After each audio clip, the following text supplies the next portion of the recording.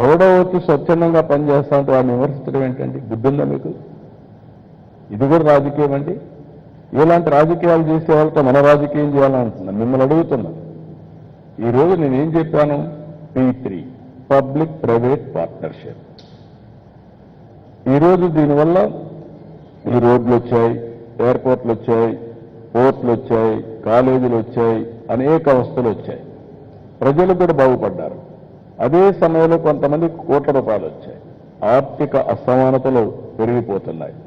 ప్రభుత్వం ఇచ్చే సంక్షేమ కార్యక్రమాలు ఎక్కడ ఆపం, అభివృద్ధి కార్యక్రమాలు ఆపం.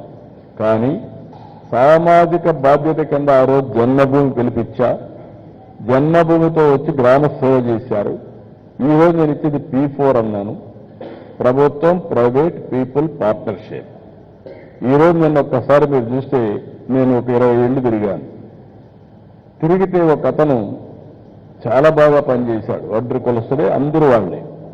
వాళ్ళలో ఒక ఫ్యామిలీ చాలా బాగా పనిచేసి పిల్లల్ని బ్రహ్మాండంగా 20 ఏళ్లలో చదివించి, ఒకడు అమెరికాలో ఉన్నాడు, ఒకడు బెంగళూరులో వ్యాపారాలు చేస్తున్నాడు. అందరికంటే అందరూ ఇంజనీర్లు చేశారు. ఫస్ట్ ఒక కొడుకుని మాత్రం చదివించలేక తోడుగా పెట్టుకొని అందరినీ తయారు చేశాడు. ఆయన కొడుకులు వాళ్ళ మళ్ళా మన వాళ్ళు మనవరాళ్ళు కూడా చదివించాడు. అప్పుడు నేను డబ్బులు కూడా ఆర్థిక సహాయం చేశాను. ఆ రోజు చేసిన సహాయంతో వాడు అమెరికాకు పోయి మంచి ఉద్యోగం వచ్చి మళ్ళా డబ్బులు పంపించి ఇంటికి ఈరోజు బ్రహ్మాండమైన బిల్డింగ్ కట్టుకున్నాడు. నేను ఒక 2-3 ఇండ్లు P4 కింద తీసుకుంటానని ముందుకు వచ్చే పరిస్థితికి వచ్చాడు. అది స్ఫూర్తి. నేనేం మింగతాను, పేదవాళ్ళు ఇట్లనే ఉండాలి, వాళ్ళు ఇట్లనే ఉంటే నాకు సంతోషం అనేవి కాదు.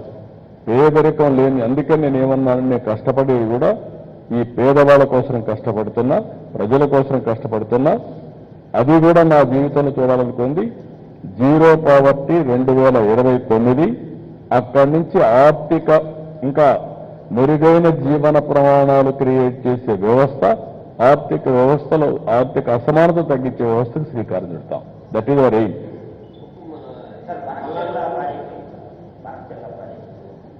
ఓకే, బనకచర్ల ఎవ్వరికి నష్టం లేదు. కొంతమంది మాట్లాడుతున్నారు, ఇది కరెక్ట్ కాదు. తెలంగాణలో కొన్ని ప్రాజెక్టులు నేను సమైక్య ఆంధ్రప్రదేశ్లోనే దేవాలయంలోనే పురాదులు వేశాను. ఆ రోజు లిఫ్ట్ ఇరిగేషన్ పెట్టాను.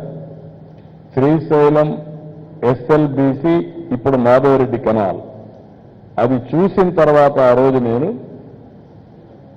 దేవాదుల ప్రాజెక్టు కూడా లిఫ్ట్ ఇరిగేషన్ సాధ్యమని గోదావరి పైన ఆ లిఫ్ట్ ఇరిగేషన్ పెట్టాం. అదే సమయంలో ఇక్కడికి వచ్చిన తర్వాత ఆంధ్రాలో పుష్కర, తాటిపూడి 2 లిఫ్ట్ ఇరిగేషన్ తీసుకొచ్చాను. తర్వాత కొన్ని వీళ్ళు దేవాదుల ఇవన్నీ కూడా వచ్చాయి. రాజశేఖర్ ఉన్నప్పుడే ఎల్లంపల్లి అన్నారు, అది రాలేదు, అది కూడా పెద్ద స్కామ్ అయింది. తర్వాత ఈరోజు వీళ్ళు దేవాదులు తీసుకొచ్చారు.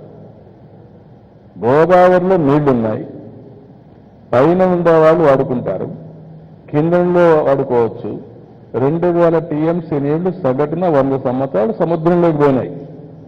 సముద్రంలోకి పోయే నీళ్లు ఒక 200 TMC ఇక్కడ కానీ అక్కడ కానీ వాడుకుంటే రాష్ట్రాలు బాగుపడతాయి, తెలుగు కమ్యూనిటీ బాగుపడుతుంది, నీటి సమస్య పరిష్కారం అవుతుంది. ఆ విషయమే నేను పదే చెప్తున్నా. ఎవ్వరికీ నష్టం లేదు.